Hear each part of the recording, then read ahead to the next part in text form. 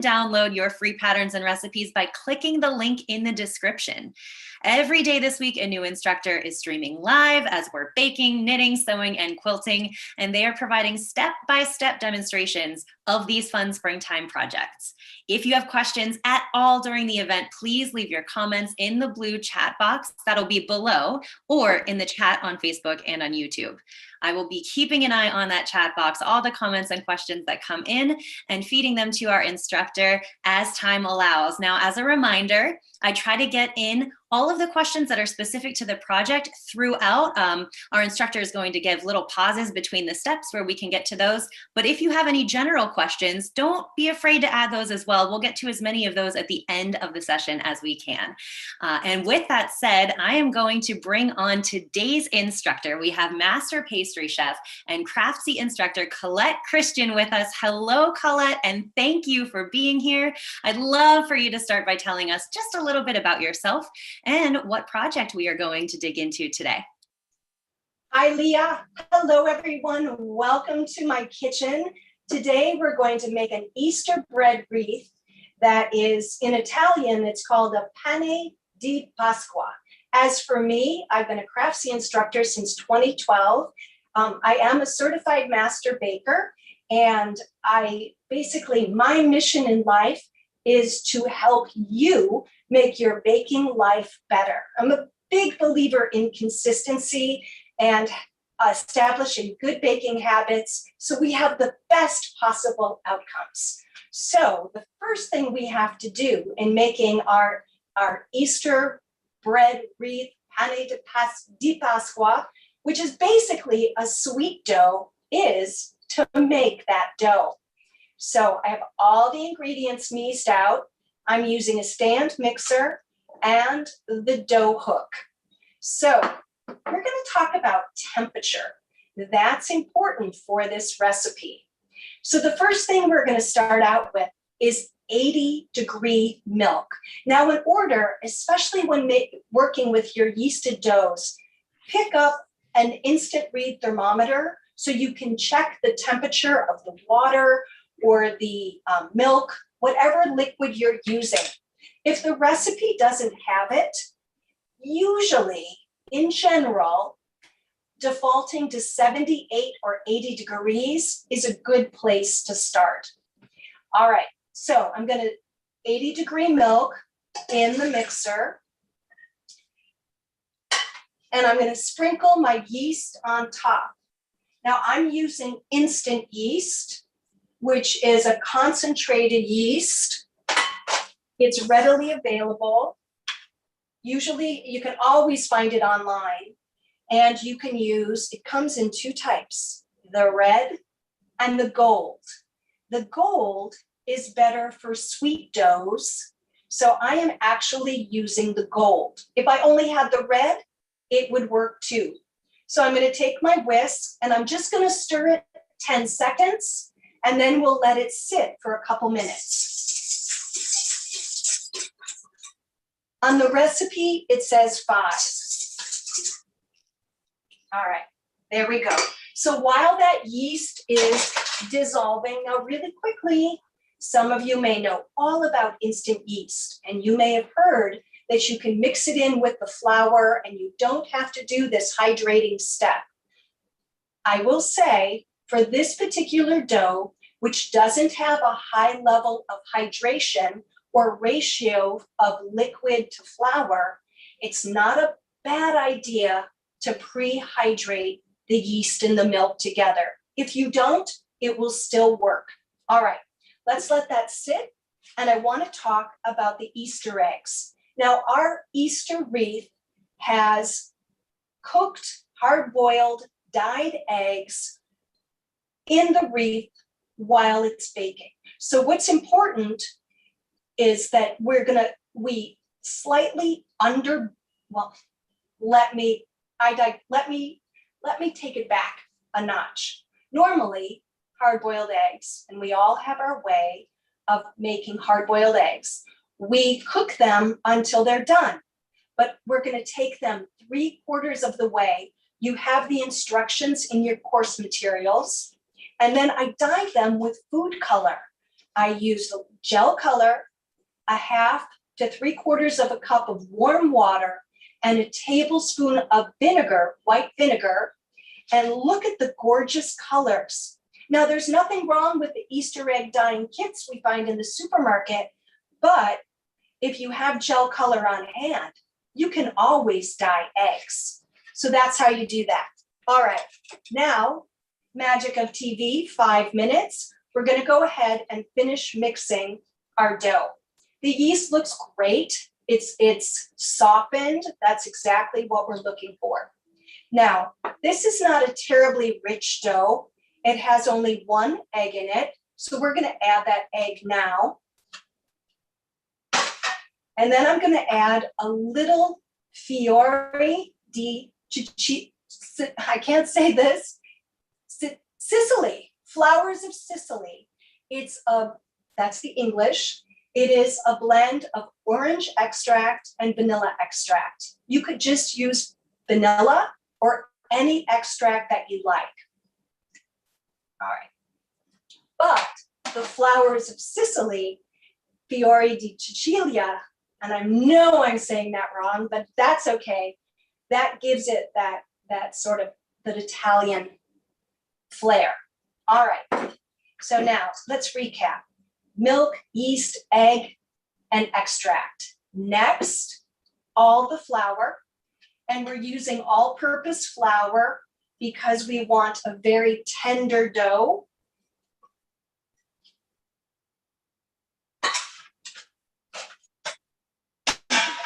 All right, then sugar.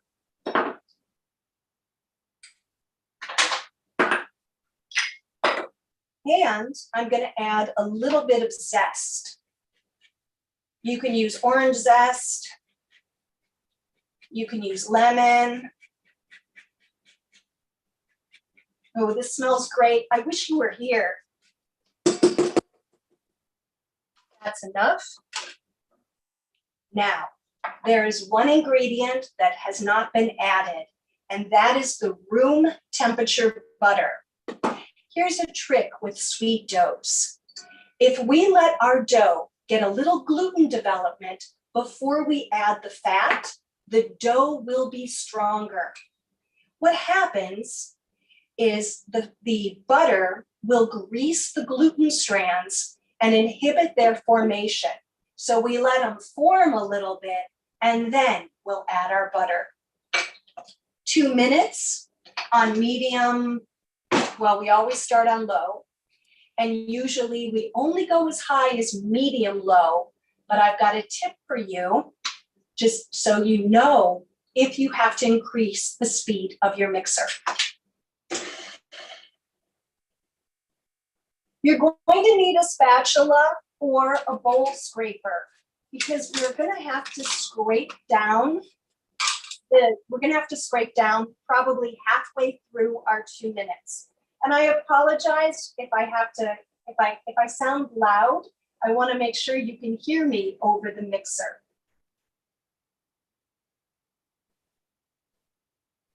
I'm going to stop and quickly scrape down.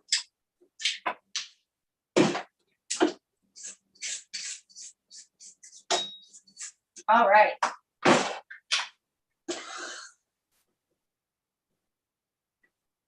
Before we get too far, I just want to let you know, when do you know when you're mixing if you need to increase the speed slightly?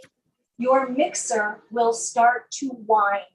If you hear it whine, just increase the speed, maybe 1 notch, maybe a 1/2 notch.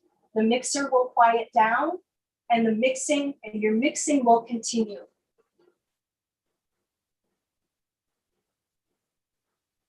When it becomes a rough, cohesive mass, after about 2 minutes of mixing, we'll go ahead and add the butter. Usually I add it in 2 or 3 increments, and it's always best if it's room temperature. If it's cold, it'll just chip away in the dough, and you will not be happy.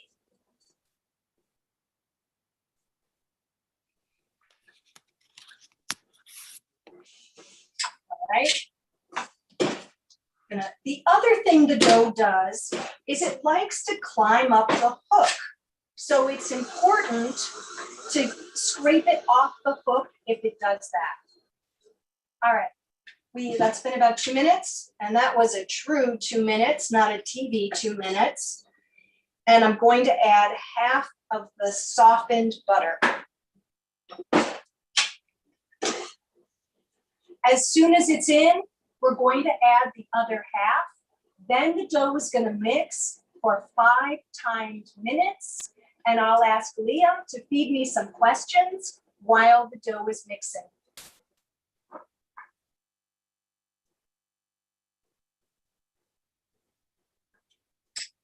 Really quickly, sweet doughs get what's it called an improved mix. They need to mix about total time at least 8 minutes. And you might find yourself toggling between slow and medium speed. And that's okay. If you want to knead this by hand, you certainly can, but expect to be kneading about 10 minutes. We need this dough to be well developed.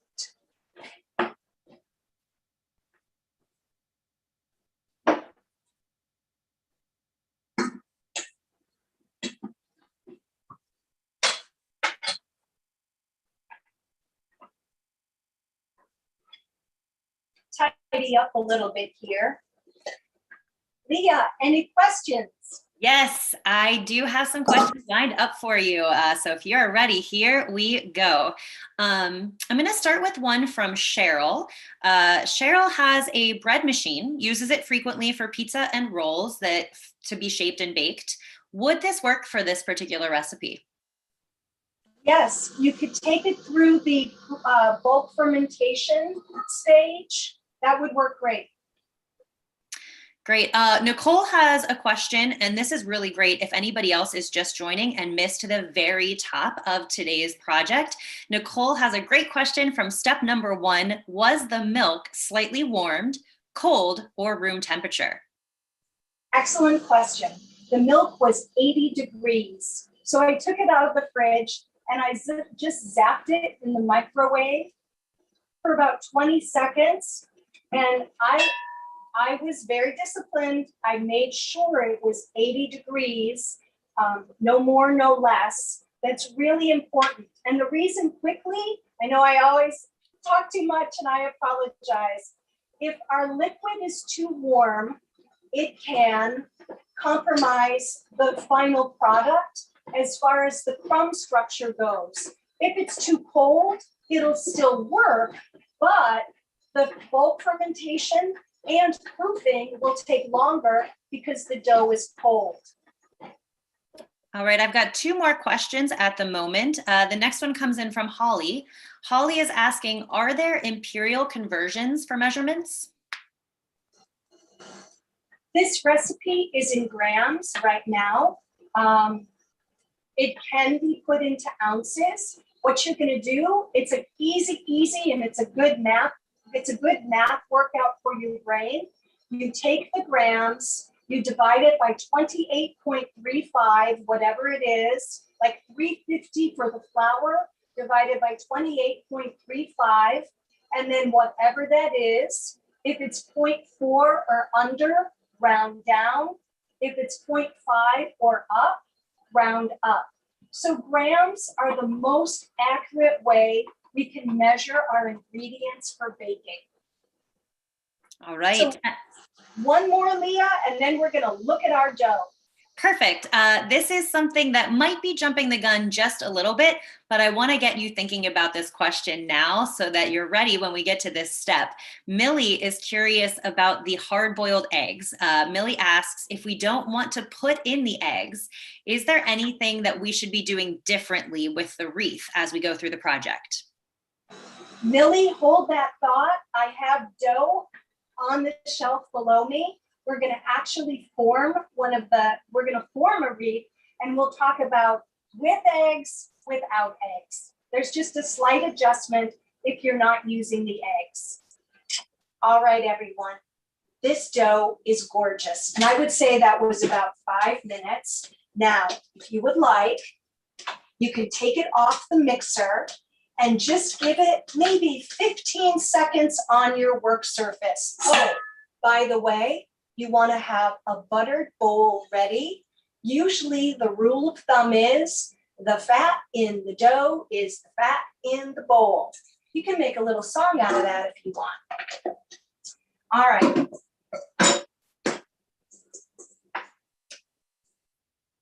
I'm going to get the mixer out of the way. See, sometimes it's good to have a kitchen the size of a postage stamp.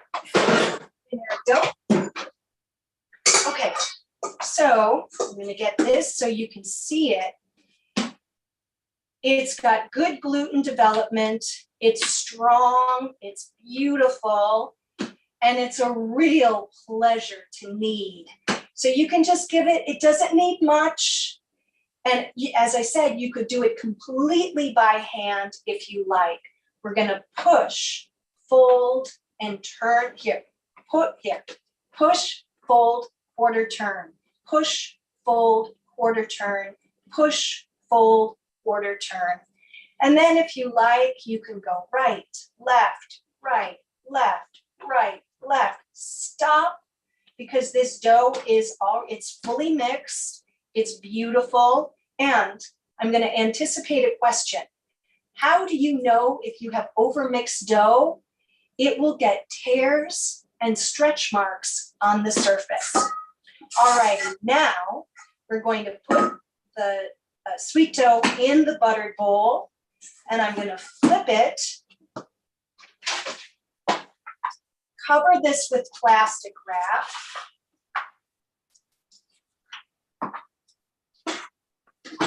And I'm going to show you a trick you may have seen. You may have seen this. It may be old news or it may be new news, but it's a great way to judge bulk fermentation.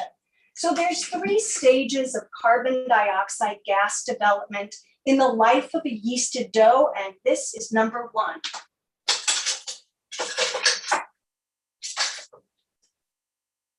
Sorry, I had to turn around there. But what you're going to do is you're going to take a marker and you are going to draw a circle where the dough is right now. And in my kitchen, which is on the warm side, this is going to take between 60 and 90 minutes to bulk ferment. But time is just a guideline. If your kitchen is cool, it might take longer. So it is 12:18. We're going to write that time. That's something pro bakers do. It literally kind of gels it in your brain. Oh, I mixed my dough at 12:18, and I swear it sets an internal alarm. So you can set a regular alarm too. You'll come back and check this in an hour. All right. Now, if you have a proofer, you could put it in a proofer. And you would want to set the temperature about 76 degrees. I was just gifted a Brought and Taylor proofer, and I can't wait to start using it. But if you don't have a proofer, you don't need a proofer. Your kitchen or whatever is a nice cozy spot in your house is perfect. All right, magic of TV. Ta-da! So I set this up at 11 o'clock and it's 12:19. And ideally, I would like this to go a little bit more, but we don't have time. So we are going to go with it. But you can see with the circle, you can see the movement of the dough. And that's always exciting. I have a very old school, old-fashioned trick for checking bulk fermentation. And that is to poke the dough. You poke it, and if there's a lot of springback, then your dough needs to bulk ferment at least another 15 or 20 minutes. Our springback is not too bad. We are also live, so we are just going to go. But in a perfect world, if I was just here by myself, I would put this, I would wrap it up again, set it and let it sit for another 15 minutes. Now, what would be too much If the dough was lifting, it really lifted, really more than doubled, and the surface of the dough was very thin, almost looking a little translucent and full of like holes, then you're heading toward over fermenting, which is something we want to avoid. But try that tip with the circle. Check in an hour, check in 90 minutes. That's usually the average. And I know you're going to have success. All right, so now we're going to form our braid. But do you have time for just a few quick questions about this stage? Sure. This stage, Leah, generates a lot of questions. A couple of them are really quick. Tina just asks if you have a best surface that you recommend using to knead your bread. Anything but tile. Honest to God, I've had everything. The butcher block, this table is stainless steel, granite, marble, I would say most bakers, professional bakers, like a butcher block wood surface because the warmth of the wood, but really anything but tile will work. If you have a tile, just get yourself a nice pastry board, which hangs over the end of it has a lip for the counter, and you'll have an ideal work surface for your bread. Great question. All right, and only one more for the moment. You mentioned when you could see how the dough is overworked, and Kelly is asking, out of curiosity, can you save the dough if it has been overmixed? No. I hate to say no, because I usually don't say no. Well, Kelly, yes and no. The overall end result may be the crumb structure may be a little chewier in the final result. So what you want to do, if you happen to overwork your dough, is make sure that it gets a good bulk fermentation. Let that gluten structure relax. So don't rush that stage. Don't let it over ferment, but don't under ferment it. Let it go. Draw that circle. Let it come out of the circle, let it lift, let it truly double in size, and that will compensate for the overmixing of the dough. Great question. All right, that's it for now, and we can keep moving. Okay, so I'm going to do a 3 braid, and so the way you divide your dough is to weigh it. And we're going to divide this in 3. So I have 680 grams of dough, and we're going to divide that by 3. Oh my God, I can never do this I can do this in my head normally. What did I say?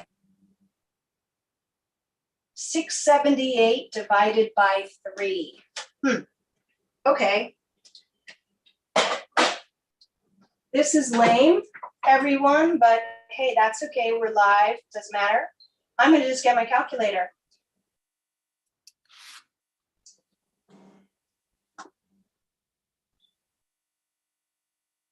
$2.26. Perfect. All right.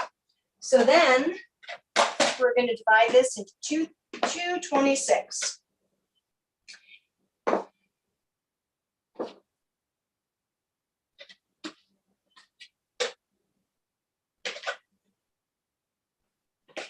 And you want to be close, you can be within a couple grams off, but this consistency is really important for a good outcome. Perfect. Okay, cool. Now the scale is going away. I teach a lot of bread shaping. I work for an online culinary school. That's my day job. And I usually teach the bread classes. So one thing I talk about a lot, so I want to mention it to you guys, is that gluten has a muscle memory. That might sound insane, but I really believe it.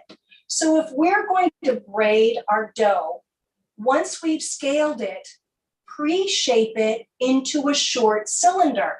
If you're going to make beautiful rounds, either dinner rolls or beautiful round hearth breads, pre-shape into a ball. But give that gluten a sense to kind of pre-rehearse how it's going to, its end result, and I promise you'll have a better outcome. All right, so we're going to braid. So we're going to shape, we're pre-shaping into a short cylinder. And the way to get your cylinders really nice is to do the tuck and roll. So what you're going to do is you're going to grab the top edge, fold it over, and press. You're going to create, and you're going to, like a little karate chop, you're going to create surface tension. And then when you can't karate chop anymore, fold it over and pinch. Now, as a general rule of thumb for beautiful shaping, once we have our seam nicely pinched, that's always going to go toward the work surface. Now, normally, and I'll grab my plastic wrap, when we're pre-shaping our dough, we want to cover it so that it doesn't form a skin. Tuck and roll. And these are about 6 inches, maybe 7 inches long. Okay.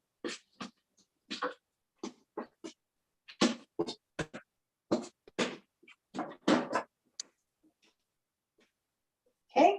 All right, now we're going to let these sit a couple minutes and I'm going to take some questions. Perfect. We do have a few to get to right away. So I'll start with Denine's question. Would this dough be good to use for a filled sweetbread? Absolutely. This is very, very versatile. You could use this for cinnamon buns, cinnamon rolls, sticky buns. You could do a beautiful ladder coffee cake out of this. You could make, honestly, I'll tell you, I'm between 50 and 100. And I remember going to the bakery as a kid, and there were sweet rolls made out of this kind of dough. And we really need to bring those back because they were just luscious. So you could make those you could make something like that as well. I teach a class on Craftsy called Danish from Scratch, and also advanced flaky French pastry. And there are some, even though those are laminated doughs, there's some nice shaping technique in those classes that can help you with a dough like this. You just you're poking around Craftsy and you want to take a look, those are in there. All right. Sandra's got our next question. Sandra came in a little late, so I don't know if this was discussed. Sandra, don't worry, it hasn't been. So Sandra is living at a high altitude, Colette, 7,000 feet to be exact, and making dough is difficult because it raises too fast. Would putting the dough in the fridge help?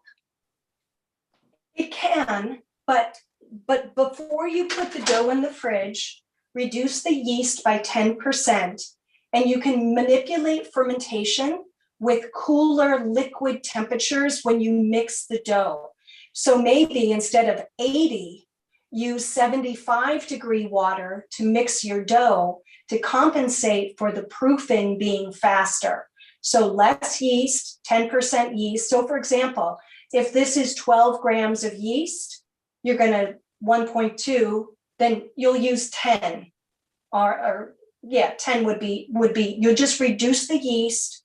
Proofing will be faster, but you can save a little time, kind of like those, what you're saving when you're working at high altitude and things move faster is kind of those oh no moments, because product does proof more quickly, is just work with a cooler mixing temperature. And you'll, of the liquid, sorry, I didn't say that as clearly as I would have liked to. And you'll find that's how bakers control fermentation in a production setting. So you might as well use it at high altitude. Absolutely. All okay, right. I have two more questions if we can get to those two. Perfect. Perfect. All right, Wendy is in with our next question. What are the advantages of covering the dough with plastic as opposed to a dishcloth? Oh, I love that question. And believe me, I collect dishcloths. In the closet, I have a beautiful collection of them, and then I have my everyday ones too. The problem with a dishcloth is it doesn't block enough air. So the dough can still form a skin. And if your dough forms a skin, you have to literally pick it off in order to get rid of it. If our dough forms a skin and we shape it back into the dough, depending on what stage we're in, that texture, those dried out bits of dough, they're never going to rehydrate. I mean, I know that we have the image of the bread in the windowsill with the flour sack towel over it. But honest to God, plastic wrap, and I really try to really be the most sustainable baker I can be, is best. And actually, I will reuse this. And I'm going to tell you, I know, where I'm telling the world, when I reuse plastic bags or plastic wrap that has been maybe, that's touched anything raw, I'll fold it up, put it in a Ziploc bag, and I store it in the freezer. There's no bacterial growth at 0 degrees, so I can use my plastic wrap or my Ziploc bags over and over again. Now that may sound absolutely insane, but that's how I can live with using the plastic wrap, because the last thing I want is my dough to have a skin. All right. All right, last question coming for right now. Fran is asking about the technique you just showed us where you were making those cylinders. Can you roll dough for pretzels using this same technique? Oh, absolutely. Pretzels, baguettes, soft rolls, braided rolls, challah. That tuck and roll it's a game changer. You can see like the beautiful surface tension on the dough. How you pre-shape determines your final outcome. It really, really is a game changer. So I hope you guys like that. You can always reach out and let me know if you found that helpful, because I really believe that that this is the stage that determines whether or not we get that really pretty finessed result. And this is the stage that usually there's not enough room for in a cookbook or a blog or even, to really explain. But I've had jobs where I literally was shaping hundreds of baguettes a week, and they had, each one, of course, had to be perfect. So use it. All right, let's braid some dough. Now, braiding dough is so much fun. It's a lot like braiding hair, but when we braid a wreath, we have a better chance of getting our nice round shape if we use a round pan. So this is where your pizza pans come in very handy. All right.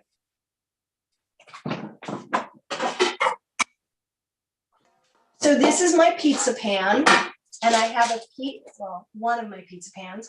I have a piece of parchment that I cut in a kind of a weird, funny circle, and then I just put a little oil, little butter to stick it to the pan. All right, so now you're going to see how we do this. And I have my dyed eggs. You want this to sit 5 to 7 minutes. We don't want it to get gassy, but we want the gluten to relax. I'm going to move my eggs because I could send them flying. All right. So we're going to roll. We're going to elongate our strand. And again, this is from baguettes, hundreds and hundreds of baguettes. take your, same thing. Take your right hand on the center of the cylinder, just gentle pressure, left hand, and start to roll. Together, separate, together, and then off the end. Now I forgot to dig out my ruler, but we want them, I think on the recipe packet, I write a lot of recipes. I think I said 18 to 22 inches. You guys can correct me. So you see just how easy, just a couple minutes on the bench, that nice pre-shaping, and the dough knows exactly what to do. Dough will always tell you what it needs. If it needs more time to relax, it'll tell you. If it's ready to go, it'll tell you. All right, so now I'm gonna move these over. I'm gonna get my pan. And we're going to start. You can, I don't want to really pick up my wreath if I can help it and move it, my braid. So I'm going to start on the edge of my pan. I really felt like a synapse fired when I thought of this one. So I hope you like it too. Now, the one thing we can't forget is to add our eggs. Now, I did one this morning where I just did 2 strands and I twisted it, and that turned out fine. If you can also do that as well. All right, so now what I'm gonna do is I'm just gonna start my braid, and I like to start in the center of the braid, but the first thing I'm gonna do is pop in one of my eggs. And my egg is going to be literally on the pan. All right, so now we're going to start braiding.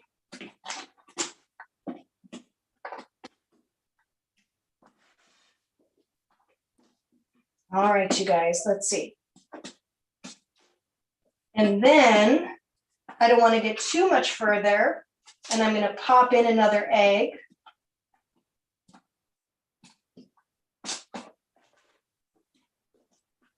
If you have to pick it up, the eggs fall out, and it's a real drag. All right, now we talked a little bit. Now I'm going to just shift the pan so I can get over here. We talked a little bit about finessing it. Remember where we pinched our strands? You want to make sure that those pinched sides are toward the pan, that they're not here. Let me find one for you. Oh my God, this worked out well. They kind of disappeared. But if you see a line from your seam, just make sure that it's facing down. Otherwise, there's one right there. Can you guys see that? Okay, we're gonna stick the green egg in here, and we're gonna braid around it. Now, I think, Leah, was it Millie who asked about the not using eggs? Yes. Right? Okay, so what we would do is you would just braid, just go like that, or twist, and then we're gonna connect those in a second. And then you could put your eggs in the center of the wreath. That would be fine too. All right. Lots of different ways to do this. And this is, you know, I called it a penne di Pasqua, but there are many European, Central and European breads that are braided and have eggs in them. This one just happens to be the penne di Pasqua. All right, so now look at this mess, you guys. There's a little bit of dough. What are we going to do with that? Well, what we're going to do is we're going to just, anything that's too small is going to go away, and we're just going to finish our braid. And it looks, wow, that's like, it's not perfect because we need to get in here and we need to stretch the dough onto the pan. Aren't you glad we're not picking this up? And just finesse it. All right, and make sure that anything, like see this little tail here, this guy, I have make sure that is any weird little tails are tucked well under your wreath. All right. Now,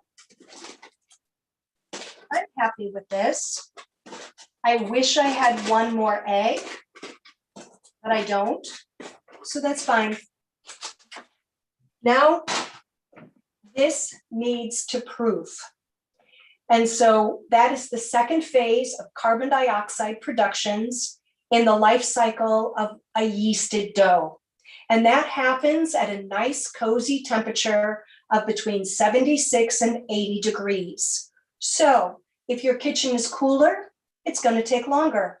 If it's a warm day, you may find this, you may find that it is ready a little bit quicker. Before we go much further, your oven temperature is 350 degrees. So put that in your, that's in the recipe. And in general, this stage will take anywhere 45 to an hour and 15 minutes. Now, blanket apology. I do not have one ready to go to show you. So I'm going to try to explain in the clearest possible way. Some of you who have taken my classes, you've heard this before. You can start laughing now. All right. So, and this needs to be covered. So I'm going to just reach up.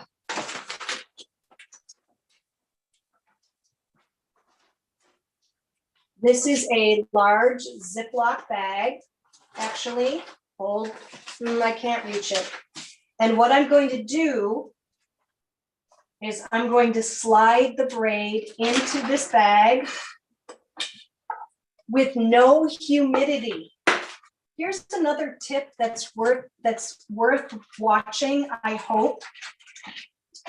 And that is when you do a braid, you want to proof with only the humidity in the air, because any extra humidity, that moisture can cause your carefully detailed and defined strands to lose their beautiful shape.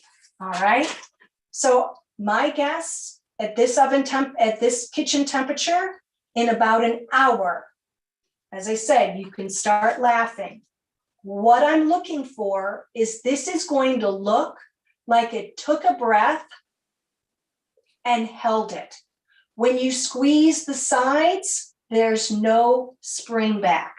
If you're really unsure about this stage, take a photograph of what your dough looks like after shaping so that you can compare.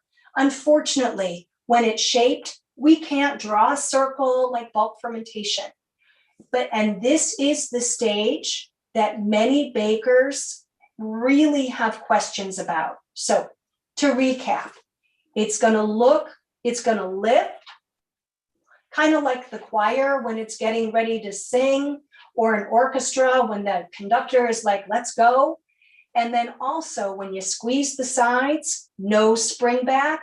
And lastly, the surface of the dough will look slightly stretched, not a lot, but just a little. When you get to when it's ready to bake, oven is 350, you're going to brush it with egg wash, which is 1 egg and a good pinch of salt, 1/8 of a teaspoon for those of you who like to be exact. You're going to mix that really, really well. And then if you really want to make a gorgeous egg wash that brushes on like glass, you're going to strain it. All right. Egg, salt, whisk till it's gorgeously smooth, and then strain it. And when your wreath is beautifully proofed, egg wash it and pop it in the oven. We have one that's finished. I'm gonna get this one out of the way. Leah, I'll take questions. Great. We have a question coming in from Diane, and also Art had a very similar question. So I'm going to kind of combine them together. Diane started by asking, would using a piece of stoneware be as good as, better, or worse than the metal pizza pan? And Art was curious if this could be done with, say, a half sheet pan as well. Oh, yes, absolutely. In fact, up until this morning, when I had that thought to use a round pan to make it a little bit easier to shape, because I was fighting the half sheet pan a little bit. But Art and everybody, pro tip: if you're shaping something intricate and I know this is not a half sheet pan, this is a baby sheet pan, but let's just pretend you're going to shape on the back of the pan, so you're not fighting the lip. So parchment paper, a little bit of grease to stick the parchment paper to the pan, and then you would braid on the half sheet pan. It's going to work just fine. Now, the reason we do the parchment paper, I've never been a big fan. This is aluminum, and of course it's food grade. It's a pan. But I'm just baking directly on aluminum makes me really squeamish. So a piece of parchment paper to protect, I think, is a great idea. So that's why. All right, now the stoneware. Now, Leah, are we talking something like a melange, like a ceramic? The problem with ceramic, and you guys may notice this like when you make pies, in a beautiful ceramic dish, it doesn't conduct heat very well. So I would be a little wary of baking my wreath in a ceramic dish. Now, what about a pizza stone? Tina has added that in. Would that work? Great question. Too harsh. That's too much heat for this dough. Because it's enriched with eggs and sugar, I mean, you could, but I really feel it needs a pan to sort of cushion the heat, because a pizza stone always holds more heat than it always holds more heat. And actually, if you guys want a really great tip, if your oven isn't terribly consistent holding temperature, you can keep a small pizza stone on the bottom rack, and it really helps even out your temperature. But a direct bake for a delicate sugar-enriched egg dough, I don't think I'd go directly on the stone. Great for pizza, great for your sourdoughs and your hearth breads, but not for something like this. And what size was the pan that you used? Nancy is asking if that's a 12-inch. Oh, this one? Mm-hmm. Okay, quick way to check. This is more for the ladies than the guys. I don't have my ruler, but the average female hand from the wrist to the top of the middle finger is 8 inches. So yep, was that Nancy, Leah? About 12 inches for this pizza pan. All right, now I want to show you why as I said in the intro, I like to show you what goes wrong. And what happens when you don't braid around the egg is that the baking processes cause, what happens in the oven is there's this big burst of carbon dioxide gas in the dough. And it's kind of like an explosion, a mini explosion. And once the internal temperature of the dough hits 138, 140, the yeast has died off. So the dough just finishes baking. But that dramatic early stage, which is our last burst of carbon dioxide gas, that causes whoosh. So if we don't braid around our egg, we've got this one who just jumped ship. And then, remember I said, make sure any little rogue ends get tucked into the bottom. If that doesn't happen, then again, baking processes, which is something that sometimes when we're baking at home, we don't give a lot of thought to.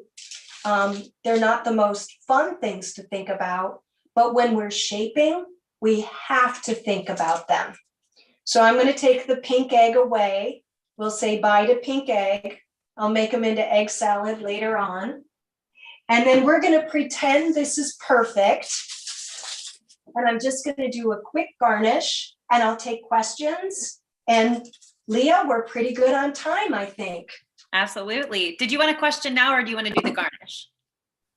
I just want to talk about what I'm doing and then I'll take questions. Perfect. All right, everybody. So the flat icing, so icing for Danish, sweet rolls, coffee cakes.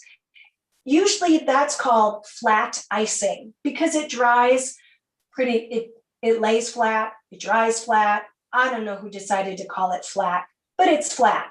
And that's made with powdered sugar, milk.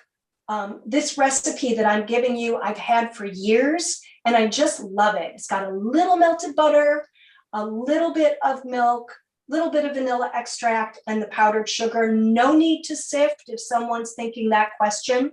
All you have to do is whisk.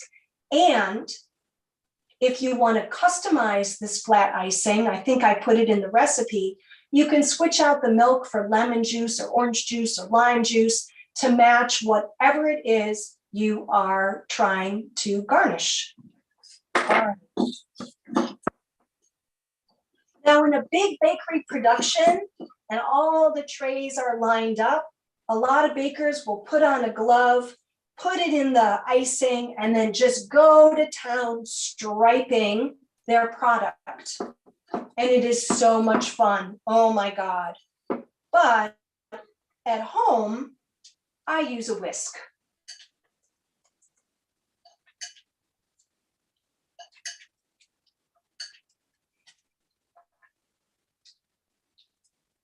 If you have leftover icing, it'll keep in the refrigerator for 5 to 7 days.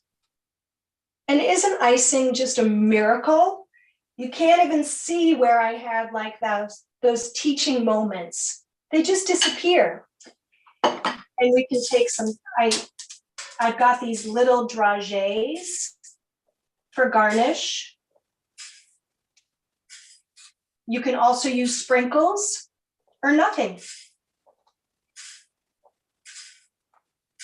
All right, so that's it. I don't think I got any on the floor. I hope not.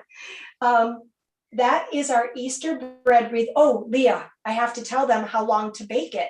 Oh. So everyone. And everyone's oven is different. So baking times are a guideline. And those of you who, if you follow my website and the recipes that I put on my website, or even my recipes for Craftsy, I really like to tell you, start checking in blah, blah, blah minutes, all right? Because everyone's oven is different. So 350 degrees, this can take, it's pretty good size. It takes about 25 to 30 minutes to get this beautiful all over golden brown color. So what I recommend is your first check. The first time you peek into that oven is 22 minutes. Unless your oven, you know it runs hot, you're gonna check sooner. Your oven runs low, you're gonna like, oh, Colette, forget it. I'm not checking for 30 minutes. Then you would check later. And also, you can manipulate the temperature of your oven as well. Remember, you guys, you're in control. You are in control of that oven. If you need to turn it up a little bit, fine. You need to turn it down a little bit, that's fine too. But basically a dough like this, 350. All right, Leah. Okay, we have a couple questions. I'm going to try to get in as many as possible in the few minutes that we have Okay. left. This first one, let me pull it up from Holly. Holly does not have orange extract flavoring, just lemon on hand. However, she does have curacao, so orange liqueur. Will the Ooh, alcohol adversely affect the dough texture, or does she have other options you could recommend? curacao would be great. Most extracts are flavoring suspended in alcohol.